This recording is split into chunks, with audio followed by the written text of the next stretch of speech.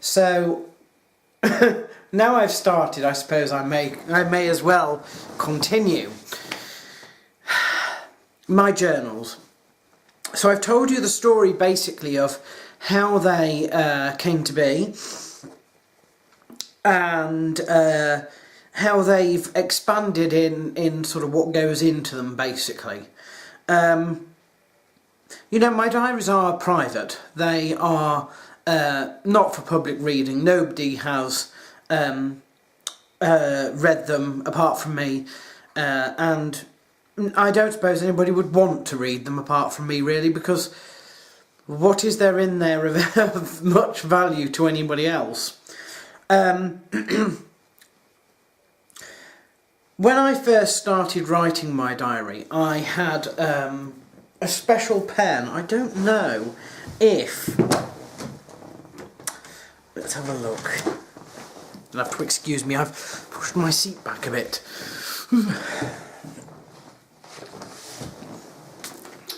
This is my 1996 diary, and I had a special pen.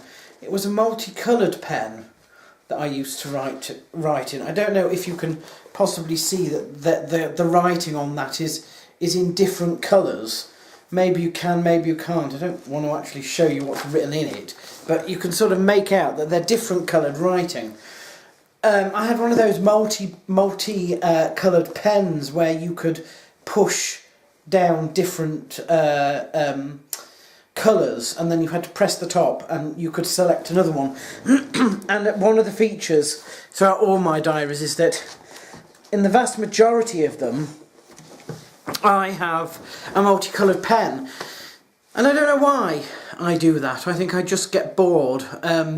It's not that people don't write much anymore. In fact, people type a lot on computers. They sign their name perhaps, but writing, as in writing, you know, by hand, A4 sheets of paper, I don't think people do that very often anymore. People used to, but I wonder how long it is since the last time you wrote a full page of A4. Not too dissimilar. Let's see the day where I actually wrote a lot rather than just a little, shall we? I wonder how often it is that you've written a page with as much writing on that with your own hand. I think I would get bored, because it's not the sort of thing that people do anymore. And so the different colours sort of kind of helped allow me to carry on.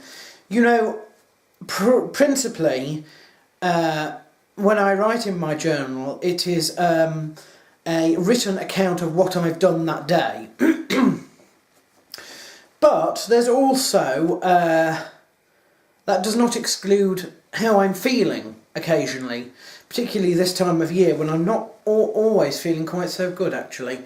And sometimes the whole page doesn't tell me what I was doing at all. It tells me more what I was feeling, perhaps my plans for the future, you know, that sort of thing. So primarily, yes, it's a written account of what I was doing that day. And you know, even for me, it doesn't become particularly interesting until it's, I don't know, 5 odd years old, and then I can look back and say, that's what I was doing 5 years ago. How have I changed? Because people change almost imperceptibly, and unless you keep a written account of things, you don't see how you've changed, or you don't notice the cycles that you go through, because people do go through cycles. And when you have nearly 20 years of written history, you can start to see themes, you can start to see patterns, you can start to see all kinds of cycles. Very, very strange, some of it. Very strange. You know, you discover that your memory of past events may not be as accurate as what you wrote at the time. That's another thing. People's memory of of events that are significant to them tend to get very embellished over the years. And if you actually had a written account at the time of what you were doing on that day, you can sometimes go back and have a look at it and think, my goodness, I sort of remember it being more than just that. Because of course you've built it up over the years. The meaning has come after that day, not on that day necessarily. And so when you look back, you discover that actually you may not have even realised that that day itself was a turning point for you. It's I think it's of incalculable worth, but only to me, if that makes sense. And yes, I also think that looking back helps me plan for the future, helps me change, it helps me see how far I've come sometimes. Another little trick that I do with my diary is it's got a name. It's got a name. It helps because it personalises it and it makes you feel like you are writing almost a letter to somebody rather than just some kind of dear diary, you know. I write to Keith. I don't know who Keith is. I don't know who Keith is. Keith was a name that I plucked out of the air when my mother said, it will be easier if you feel like you're writing to somebody. So I've been writing to Keith ever since, 19 years later, and I'm still writing to him. I haven't got a clue. Do you know what I mean? He doesn't exist. But it makes me feel when I'm writing like I'm not writing to myself, but I'm writing to someone else. That also helps when you're looking back on things often because of the tenses you use at the time, you know. So that's probably all there is to say about my diaries, really. This, by the way, that I was looking at was my 2012 diary. A lot of things happened during 2012, including the move here to Markenfield, so that was quite a large year for me. But as I said before, I also have other journals that I write in, and no other journal do I write in every single day. No other journal do I carry around with me, generally, because I usually carry my diaries around in my bag. This year's journal will be carried around in my bag all the time, basically. Along with it, because I have my bag just here, in fact, is this little book, which is an interesting book, really, because it's I'm not sure how you would describe it. This is a book full of lists, okay? And I mean it is literally, you know, full of lists. Do you see what I mean? Just lists and lists, endless lists. And say for example I didn't know when something happened off the top of my head. But I needed to find out because supposing somebody had asked me, I don't know, one of my parents had asked me, you know, oh, when did, you know, we start our third car or something like that? Because they can't quite remember, to be totally honest.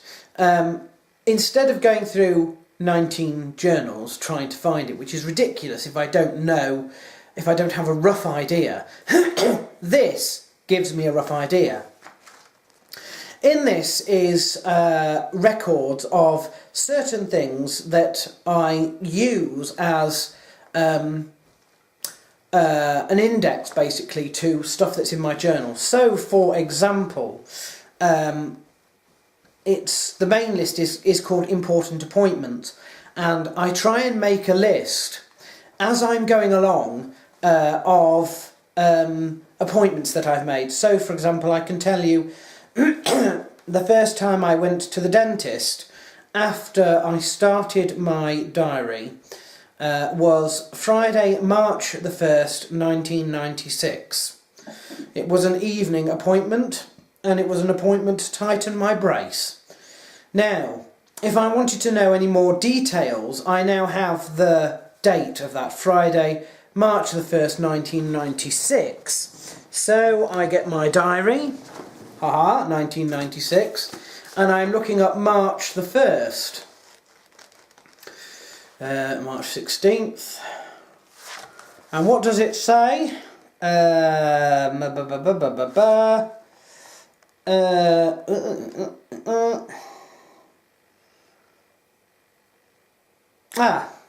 It must have been a very short appointment.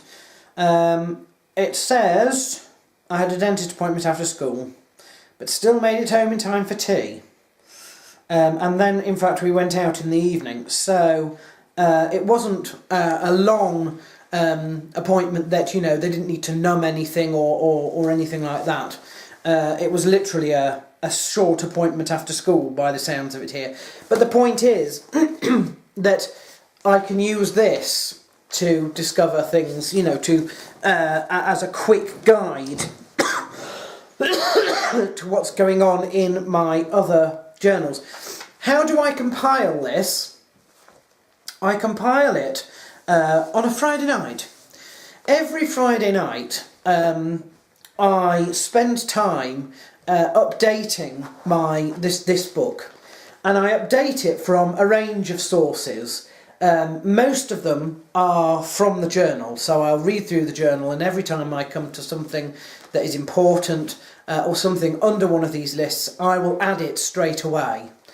Sometimes it doesn't come from the journal, it comes from perhaps my wallet. I've got an appointment for a doctor's thing, you know, and I'll add that.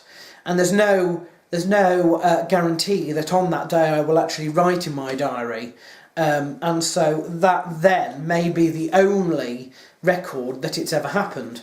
But usually I will read from the journal, and I will do it as I go along on a weekly basis. So, you know, this is the second book. So there's quite a lot. There's quite a lot. So this and the diary that I'm currently using ought to travel with me almost everywhere in my bag, because I never know when I'm going to have a chance to write my journal, so I carry it along with me just in case. And of course I may need to refer to it. What I like doing is looking back and seeing what I was doing on this day in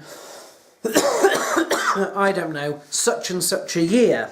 So let's try that. I'll get my... Oh, I've picked a journal at random here. It's 2013, which is a bit silly, isn't it? Because that's only last year. Shall we go for... let's go for 2000. And the day today is the 30th of October. Don't know, because it's blank. But I do know what I was doing on the 31st of October.